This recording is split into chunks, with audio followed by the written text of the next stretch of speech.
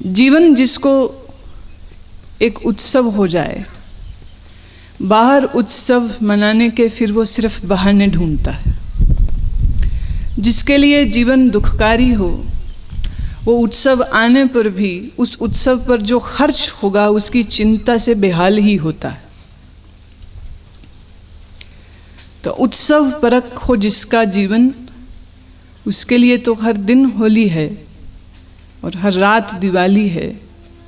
परंतु फिर भी थोड़ा सा गहरे से चिंतन करते हुए, समझते हुए कि गुरु की होली क्या होती है और एक साधक की होली क्या होनी चाहिए।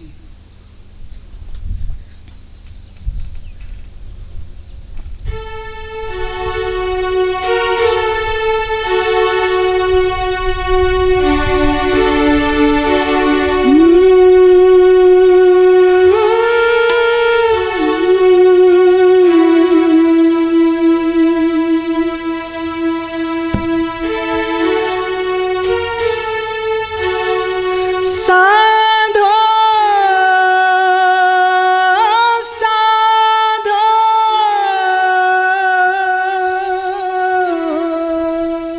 साधो साधो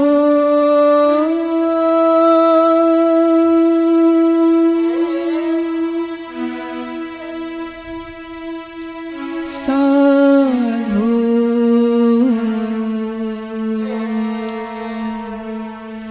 साधो साधो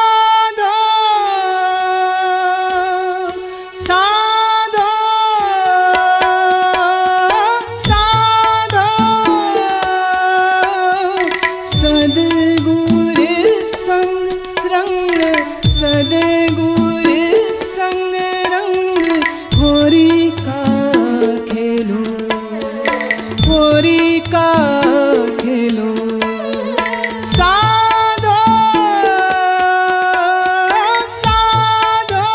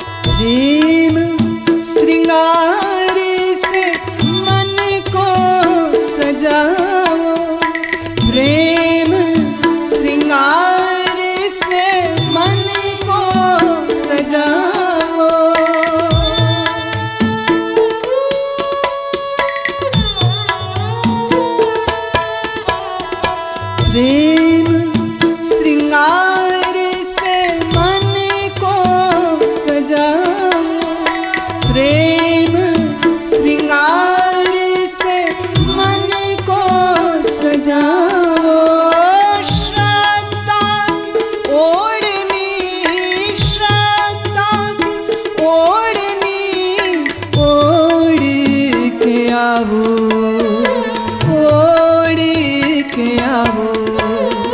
साधो साधो सद्गुर संग रंग, सद्गुर संग रंग होरी का खेलो, होरी का खेलो। साधो साधो सद्गुर संग रंग, सद्गुर संग रंग होरी का खेलो, होरी का खेलो। साधो साधो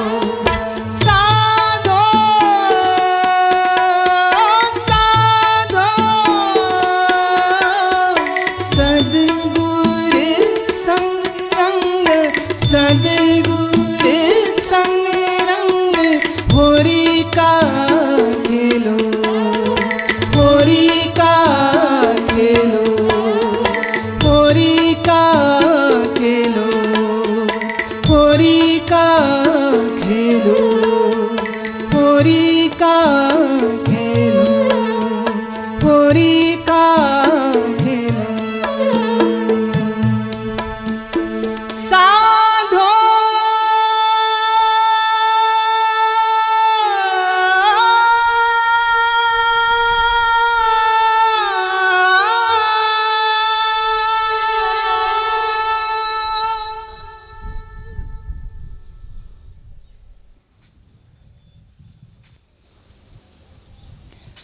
सदगुर संग रंग होरी का खेलो। खेल रंग गुरु के संग खेल कि होली सार्थक ही तब होती है जब वो गुरु के संग खेली जाती है। पर इस होली में सम्मिलित होने के लिए कुछ शर्तें हैं, कुछ तैयारी है, और उस तैयारी के अभाव में होली में सम्मिलित नहीं हो पाएंगे। नियम होते हैं, हर जगह के नियम होते हैं। जैसे पूर्णमासी की रात्रि को जब कृष्ण अपनी गोपियों के संग रास रचाते शरद पूर्णिमा को, तो इस मनोहर झांकी को देख शंकर जी के चित्त में भाव आया कि मैं भी सम्मिलित हूं, मैं भी नाचूं कृष्ण के साथ। कौन नहीं नाचना चाहेगा कृष्ण के साथ? कौन नहीं सम्मिलित होना चाहेगा उस रसिया के साथ? शंकर जिसकी समाधि अडिग है, अडोल है, जिसके मन को स्वयं कामदेव भी प्रताड़ित नहीं कर सके थे, बल्कि अपने प्रयास में कहते हैं खुद रति के इस पति को अपने प्राणों से हाथ धोने पड़े थे कि शंकर की तीसरी नेत्र से निकली उस अग्नि ने उसे भस्मीभूत कर दिया था। पुराण की यह कथा है। जिस महादेव को स्वयं कामदेव भी आकर्षित नहीं कर पाए, वह महादेव कृष्ण की इस रास लीला को देख, इस नृत्य को, इस गीत को, इस साज को, इस संगीत को देख ऐसे विमोहित हुए कि जमुना के तट पर रासलीला में भाग लेने के लिए उत्सुक तैयार आ खड़े हुए। पर अपना भेष देखें तो जोगी का, तापस का है। सर्प भुजंग जिसके शरीर पर लिपटे हैं, खोपड़ी की माला जिसके गले में है, जटा जूट जिसके सर पर है, शमशान की चिता की भस्म जिसके बदन पर लगी है, तो ठहर गए। भीतर देखते हैं तो कृष्ण का महाश्रृंगार है। गोपियों को देखते हैं तो श्रृंगार है। अपने को देखते हैं तो श्रृंगार शब्द को भी शर्म आ जाए, ऐसा भेष है। बड़ी दुविधा में है, क्या करूं? तो जब भगवानों को भी दुविधा हो जाती है तो संत रूप नारद ही आकर के मार्ग बताते। ईश्वर भी विमोहित तो हो सकता है, ये बार बार देव लीलाओं में स्पष्ट हुआ है। और मजे की बात यह है कि जब जब इन अवतारों को भी कोई समस्या होती है, तो कोई दुविधा होती है, तो वह भी शरण किसी ब्रह्मनिष्ठ की ही लेते हैं। चाहे वो श्री राम हो जो अपने बाल्यकाल में ऐसे उदास और दुखी और वैराग्य में आ गए कि दशरथ चिंतातुर हो गए कि हुआ क्या मेरे बेटे को। राज प्रसाद में रहता है, भोग खाता है, दासियां सेवा को हैं, अति कीमती वस्त्र, सुंदर आभूषण श्रृंगार को हैं, तीन तीन माताएं स्नेह करने को हैं, मैं पिता उस पर गर्वित होता हूं सदा, किसी बात की कमी नहीं, तो फिर मेरा राम क्यों उदास है? मेरा राम क्यों पीले पत्ते की तरह कमजोर होता जा रहा है? चिंता में आते हैं। दशरथ जी तो जाते हैं अपने गुरुदेव वशिष्ठ के पास और कहते हैं कि वह आपसे बड़ा स्नेह करते हैं, तो मेरे पुत्र राम के हित हेतु क्या आप महल में दर्शन देंगे और चर्चा करें मेरे पुत्र से कि क्या रोग है जो उसको सता रहा है, क्या चिंता है जो उसको खाए जा रही। राम विष्णु के अवतार हैं, राम 14 कलह संपूर्ण हैं, पर उदास और दुखी जब होते हैं तो इनके दुख को, इनकी पीड़ा को दूर करने का माध्यम सिर्फ एक है और वो है स्वयं वशिष्ठ।